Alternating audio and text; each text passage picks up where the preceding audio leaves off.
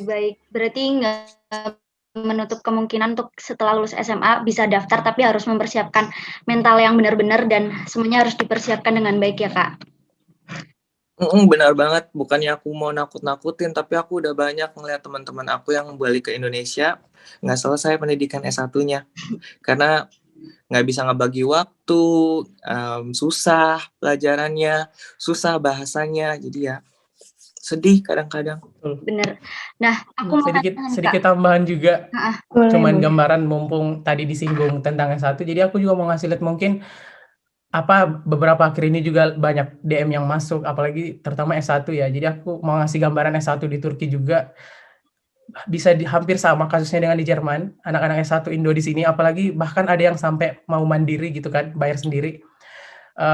Ada yang udah 8 tahun, 10 tahun di sini karena memang pertama juga bahasanya susah. Di sini selain bahasa Inggris, kita juga wajib bahasa Turki. Jadi biasanya 30% English, 70% Turkish. Nah, itu tuh mental itu diperlukan banget. Aku nggak bilang kalian nggak harus kuliah S1 juga di sini, tapi memang aku setuju banget mental. Karena rata-rata aku lihat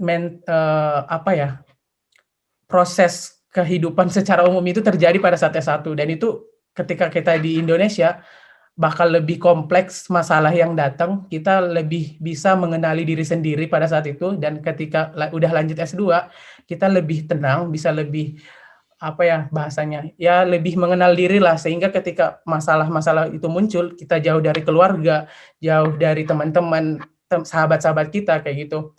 Bertemu dengan orang asing, orang baru, itu kita lebih bisa memanage diri kita kayak gitu. Itu sih. Aku mau tanya nih, Kak. Untuk Kak Rujito sendiri, apa sih yang membedakan pendidikan di Jerman sama di Indonesia? Waduh, kalau mau ngomong pembedanya banyak banget. Misalnya, kalau kuliah di Jerman itu kecenderungan biaya hidup, terus expense atau keperluan yang kita butuhin buat kehidupan sehari-hari, apalagi pendidikannya, itu murah banget. Misalnya semester ini, jadi nggak ada bedanya. Mau S1, S2, S3, biaya semesternya tetap satu. Misalnya di Atmajaya berapa semesteran? 9. 9. Kalau di Jerman itu cuma 3,2 satu semester. Dan itu sudah termasuk tiket transportasi. Jadi misalnya mau naik tram, naik bis, naik kereta, naik pesawat, waduh, enggak pesawat juga. Itu gratis. Jadi cukup nunjukin kartu identitas mahasiswa, terus kamu udah bisa kemana aja. Yang di ruang lingkup ya, misalnya aku di Leipzig, itu ngomongnya Leipzig ya, bukan Leipzig. Oh iya. Ya, itu di Leipzig. Itu ya jadi pelajarnya itu sangat powerful di sini. Jadi mau kemana-mana bisa, gratis, apa-apa murah. Terus biaya hidup, ini kos-kosan aku misalnya, ini udah sama semuanya tuh cuma 3 jutaan juga. 3 juta. Jadi biaya hidup murah. Jadi tapi bukan berarti murah dia emang kualitasnya jelek. Enggak, di Leipzig itu universitas tertua nomor 2 se-Jerman. Jadi udah tahu gimana sistem edukasi yang baik, yang optimal, yang efektif kayak gimana. Buku-buku kimia yang kita baca, karena aku bidang kimia, buku-buku kimia yang kita baca itu lulusannya dari Leipzig juga, dari sebelum ibu bapak kita lahir gitu. Jadi wajar aja kalau kualitasnya bagus, terus kompeten, reputable, dan sarana yang dikasih itu memang diutamakan memang buat mahasiswanya. Mahasiswa benar-benar ngerasain. Soalnya di Indonesia banyak yang kayak bayar UKT mahal-mahal tapi internet tidak ada, AC mati terus. Benar nggak? Nah, kalau di Leipzig semuanya kelihatan gitu. Misalnya jurnal-jurnal, terus misalnya kelasnya bagus. Apalagi aku karena peneliti, aku kan masuknya siswa peneliti. Itu buat bahan kimia itu aksesnya gampang, tinggal ngambil, nggak perlu order. Spesifik sih, tapi kerasa banget kalau aku. Oke, aku sekarang kita ke Kak Fahruki. Aku juga mau tanya, gimana sih pendidikan kuliah di Turki itu? Iya, kalau di Turki sendiri mungkin lebih ke ini dulu ya, sistem pendidikan untuk S1. Jadi S1 di sini tuh nggak ada skripsi, itu poin pentingnya dulu. Jadi di Turki memang nggak ada skripsi, diganti dengan project.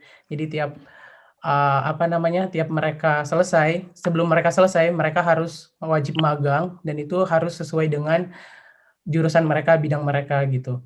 Karena memang di sini itu bisa aku bilang S1-nya dipersiapkan untuk kerja. Jadi udah dipisahin gitu. Kalau S1 memang untuk kerja di bidang mereka, kemudian S2 untuk akademisi. Tapi yang menjadi kekurangannya di S2 itu rata-rata aku lihat untuk tesis mereka itu malah sedikit mirip dengan S1 skripsi yang bagus di S1, ngerti nggak?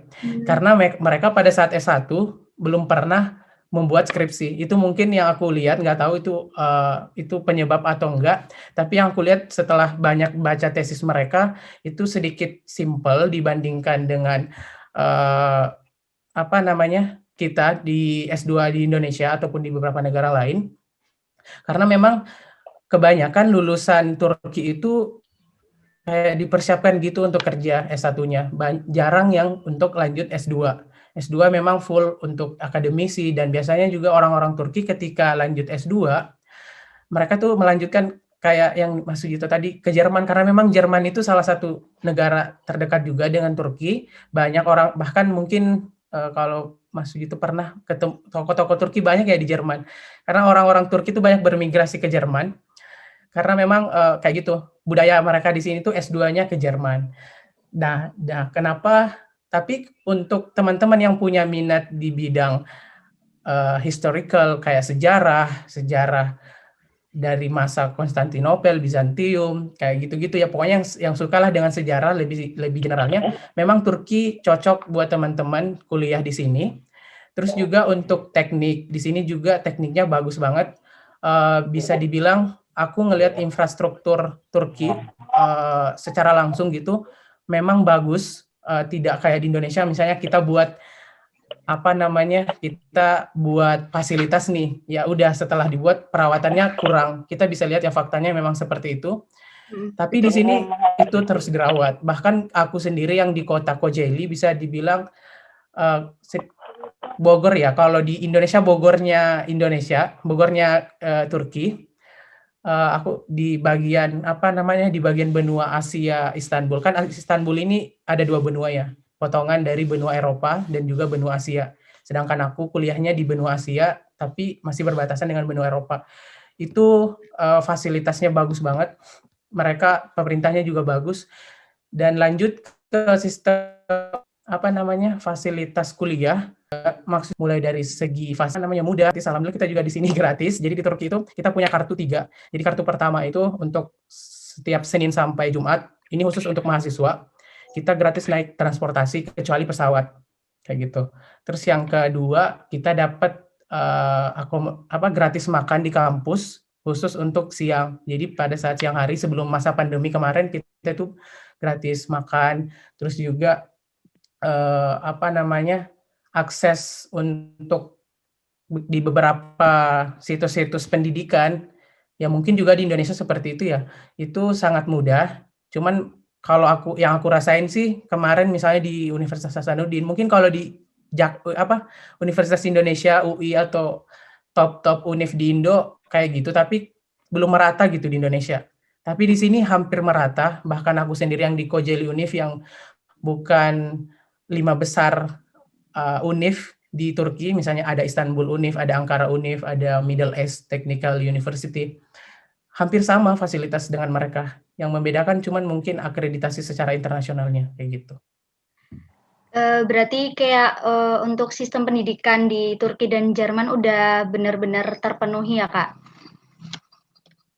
Bisa dibilang seperti itu. Walaupun juga Turki sekarang dibilang maju dari segi pendidikan, nggak maju-maju banget juga. Mereka lagi di tahap antara berkembang menuju maju gitu. Jadi tapi dekat jaraknya kayak gitu. Dan bisa dibilang kita kalau mau dibanding dengan Indonesia sedikit lebih maju lah kayak gitu. Aku mau tanya nih buat Mas Rujita dan Mas Faruqi. Tips belajar apa sih yang Mas Rujito dan Mas Faruqi pakai? Terus juga manajemen waktunya gimana nih? Kan juga sebentar lagi adik-adik teman-teman semua mau melaksanakan ujian. Hmm. Gimana sih cara bagi waktu buat belajar yang efektif gitu? Gitu. Aku dulu ya. Mungkin kalau aku, saran aku buat belajar tuh jangan bergantung sama sistem kebut semalam, itu nggak baik banget beneran. Walaupun aku nggak munafik ya, aku juga suka SKS sih. Siapa sih yang nggak suka SKS yang besoknya ujian terus kemarin malam baru buka catatannya? Nanti malamnya itu buka catatannya. Tapi sebenarnya nggak sehat gitu loh. Apalagi kalau di Jerman, kalau di Jerman tuh nggak bisa. Teman-teman aku aja ujiannya aja 6 bulan sebelumnya, belajarnya 6 bulan dari sekarang, belajarnya tuh hari ini. Jadi karena saking butuh persiapannya. Jadi aku nggak ngajurin SKS, terus itu semua balik lagi menurut aku. Cara belajar yang paling cocok tuh balik lagi ke kamu yang sukanya dengar suara orang yang ngajarin, bisa, atau suka pakai nulis bisa, atau suka bisa dua-duanya bisa, cocok-cocokan aja. Tapi yang jelas harus komit aja, itu balik lagi. Itu mindset sih sebenarnya. Aku tuh orangnya nggak pintar-pintar banget. IPK aku di S1 cuma 3,05 atau 3,10. Aku aja lupa IPK aku berapa. IPK itu kalau buat teman-teman SMA, itu nilai hasil akhir pas kamu selesai pendidikan ya. Betul. Iya, kalau misalnya tinggi-tinggi di IPK aku pasti kalah, tapi emang yang main itu di mindset kita. Kamu tuh maunya ngapain sih? Misalnya, buat apa aku belajar banyak-banyak kayak gini gitu. Cuman buat dapat nilai doang. Cuman buat lulus doang UTBK-nya. Cuman buat dapat kampus bagus gitu. Itu mindset 5 tahun doang lifespan kamu. Betul. Yang dibutuhin tuh setelah 5 tahun itu, setelah 10 tahun, setelah 15 tahun. Karena menurut aku tuh sebaik-baiknya manusia itu bukan yang nilainya bagus, tapi yang bermanfaat buat manusia yang lain. Waduh, jam 5 pagi langsung ngigo. Betul banget. Karena sekarang kan teman-teman mungkin masih pada mikir kampus harus bagus, itu menentukan pekerjaan yang bagus ya Kak. Padahal kan semua kampus itu sama-sama baik, tergantung kitanya yang ngejalanin. Iya benar banget. Jadi kayak kesuksesan seseorang itu nggak dilihat dari alumni mana, nggak dilihat dari berapa banyak nilai, atau itu semua balik lagi ke mindset kamu mau kontribusi apa, mau sebermanfaat apa sih di hidup kamu tuh. Kuliah pulang atau pengen jadi anak lulusan STAN ya fine aja, suka-suka kamu, tapi apakah itu bakal memiliki impact yang bagus dalam hidup kamu? Apakah itu cuma cukup buat memperkaya keluarga kamu doang? Betul Kak. Miris kan? Betul. Oke, buat Kak Fahruki? Ya benar banget sih, maksudnya yang tadi bilang tergantung kitanya, bukan misalnya dari alumni apa, karena memang faktanya ya di keterbukaan informasi sekarang yang cukup tinggi, tingkat keterbukaan informasi yang cukup tinggi sekarang, semua orang itu berpeluang untuk sukses gitu. Faktanya kamu bisa lihat deh di media sosial, dulu itu kita keterbatasan media untuk mengeksplor diri. Sekarang dengan lulusan SMA pun bisa lebih, misalnya nih kita bicara gaji, bisa lebih tinggi dari dokter. Bahkan contoh nih, ada yang suka ikutin channelnya Ali Abdal, itu salah satu channel pendidikan, channel produktivitas dan juga pendidikan di luar negeri. Dia malah sampai pernah ngomong, dia lebih banyak dapat dari hasil dia nge-YouTube dibanding jadi dokter. Dan itu fakta, di Indo pun banyak dokter yang jadi YouTuber gitu kan. Jadi bisa dibilang dengan keterbukaan informasi ini hati-hati buat teman-teman. Bahkan jangan terlena dengan misalnya kalian sibuk misalnya melanjutkan pendidikan tanpa memperbaiki mindset kalian kayak gitu. Karena dengan lulusan SMA pun ketika mindsetnya dia bagus dan siap menghadapi perubahan zaman atau lebih ke kayak gitu, bisa lebih sukses gitu, bisa dibilang sukses di masa depan. Nah, untuk belajar sendiri, betul kata Mas Rujito tadi, harus ada tujuan. Kayak gini, kalau aku dulu emang tujuannya bukan 5 tahun, yang misalnya aku belajar untuk UTBK, aku belajar untuk lulus S1, aku belajar untuk ini, tapi tujuan aku pengen jadi apa gitu. Nah, aku kemarin kan bilang mau jadi dosen. Nah, ketika aku mulai malas belajar, ya aku ingat lagi, ada nggak sih dosen yang malas belajar gitu. masa dosen kerjaannya main game mulu? Ya mungkin kalau mau jadi dosen game bisa, kalau ada jurusan game kayak gitu kan. Ya setidaknya bisa ada sense of control pada diri ketika kita udah tahu pengen jadi apa nantinya kayak gitu. Terus yang kedua lebih lebih simpelnya lagi, misalnya teman-teman pernah dengar kata burnout nggak? Burnout. Jadi burnout itu jadi kayak kelelahan mental atau fisik ketika teman-teman menghadapi banyak tugas dan akhirnya memilih untuk cari jalan lain, misalnya nonton YouTube, kayak nonton drakor, atau main PUBG, MLM, dan segala macam kayak gitu. Bahkan aku nggak tahu deh game, karena nggak pernah main game. Itu aku pernah dapat materi, kalian bisa pakai yang namanya eliminasi distraksi. Jadi eliminasi distraksi itu misalnya nih ketika lagi belajar. Kita kembali dulu tadi yang burnout itu. Nah, cara buat ngilangin burnout itu kalian bisa manipulasi dopamin. Jadi gini, dopamin itu kan rasa semangat, bahagia ketika berhasil mengerjakan sesuatu. Kayak gitu. Misal nih, kalian belajar UTBK 100 soal. Kayak gitu kan. Ketika teman-teman menyelesaikan 100 soal ini, ataupun ketika tugas teman-teman yang sistem SKS itu selesai, pasti bahagia kan? Apa-apa yang kalian lakukan pada saat itu lebih bersemangat lagi dan ingin melakukan sesuatu lagi. Tapi biasanya ketika melakukan itu, di pertengahan kita kelelahan fisik, kelelahan mental. Caranya adalah dopamin kita itu dimanipulasi. Kita nggak harus misalnya 100 soal kerja UTBK. Kita nggak harus selesaiin 100 ini. Minimal kita potong jadi 10-10. Jadi kita ngerjain 1 sampai 10, dan ketika 10 itu selesai berarti ada rasa bahagia gitu, senang. Dibanding kita harus ngerjain 100 tapi nggak bisa, dan akhirnya berhenti di tengah jalan. Tapi kalau kita selesai 10, terus dopaminnya naik lagi, ngerjain lagi 10, nah itu kita mau manipulasi dopamin kita di situ. Nah, selanjutnya eliminasi distraksi. Jadi distraksi anak muda sekarang itu banyak banget, mulai dari handphone, mungkin dari lingkungan sekitar, terus dari kucing mungkin kayak gitu kan, kucing mereka yang suka diajak main. Nah, ketika ada kayak gitu usahakan disingkirkan dulu distraksi umum seperti itu. Terus distraksi yang kedua, pernah nggak kalau kalian belajar itu kepikiran sesuatu dan pengen misalnya nih lagi ngerjain tugas, aku belum ngirim email ke teman aku, aku belum balas ini. Itu ketika kepikiran seperti itu, langsung ambil kertas. Ini lebih ke teknis mungkinnya, tapi nggak apa-apa, aku mau berbagi ke teman-teman. Ambil kertas, tulis distraksi itu.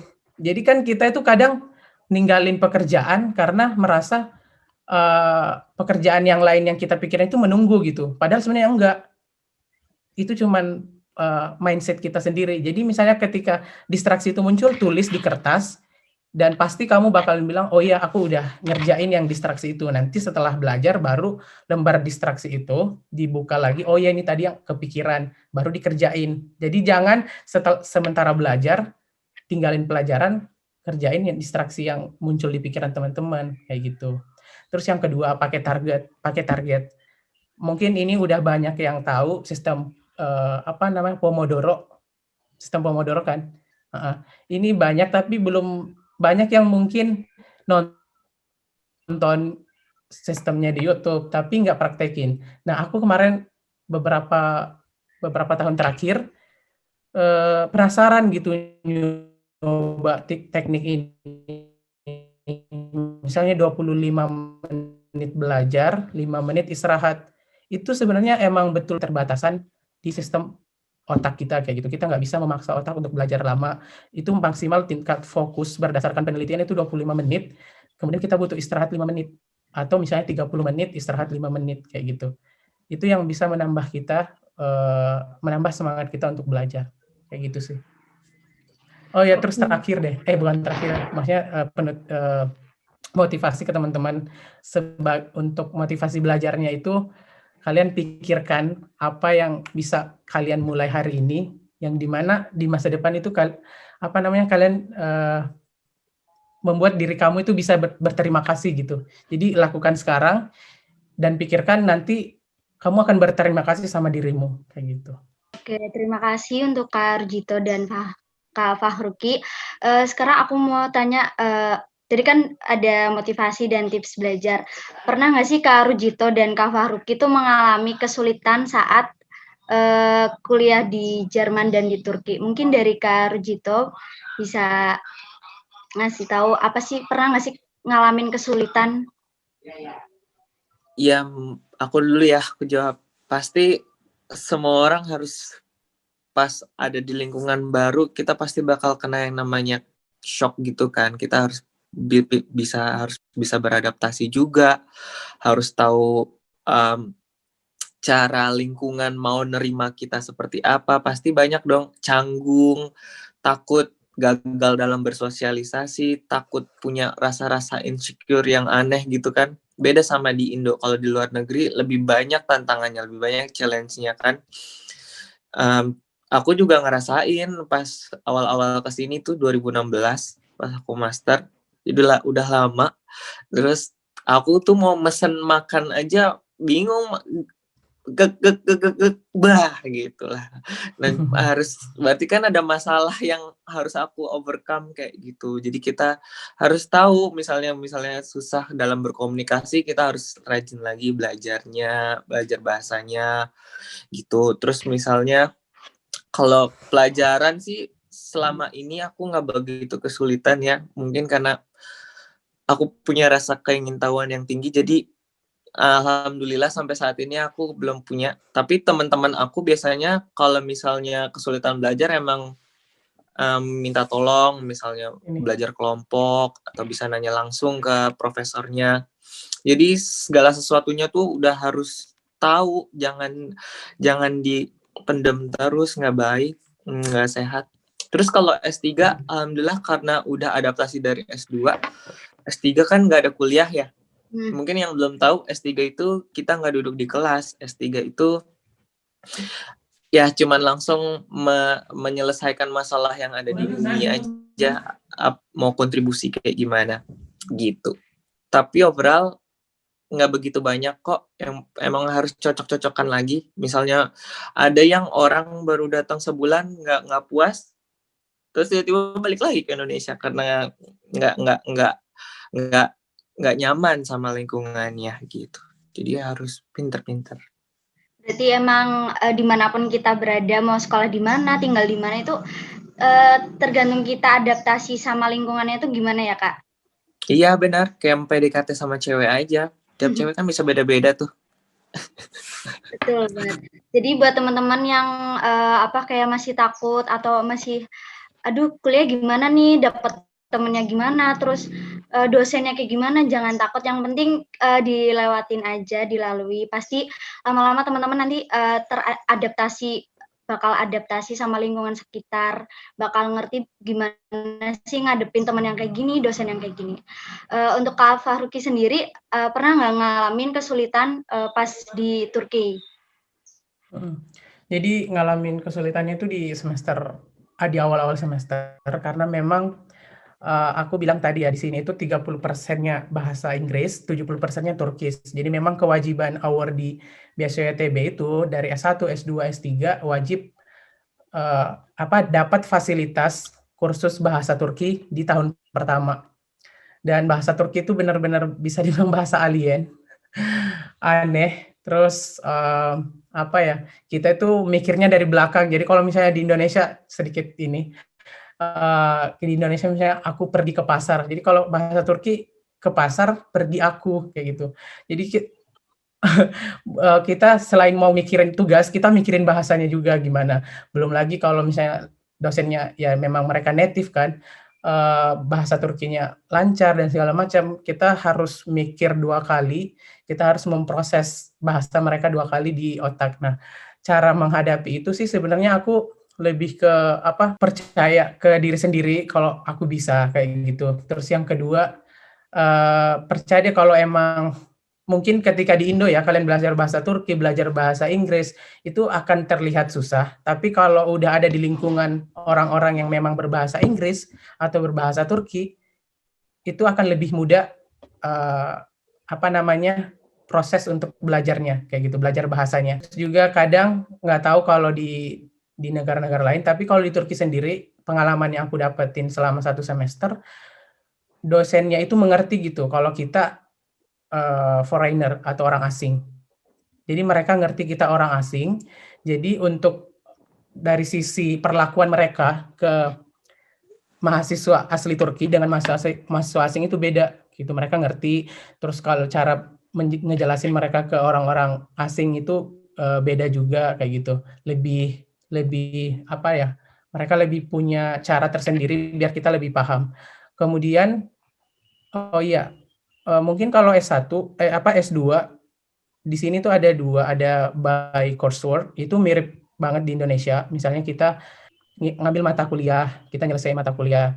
Terus yang kedua by research, ini yang biasanya dari Indo kita udah punya rancangan proposal tesis yang pengen kita kerjain di negara tersebut gitu. Jadi 2 tahunnya cuma habis untuk penelitian, sedangkan kalau yang aku ambil sekarang coursework itu semester 1 sampai semester 2 kuliah seperti biasa, kemudian 3-4 kerjain tesis kayak gitu.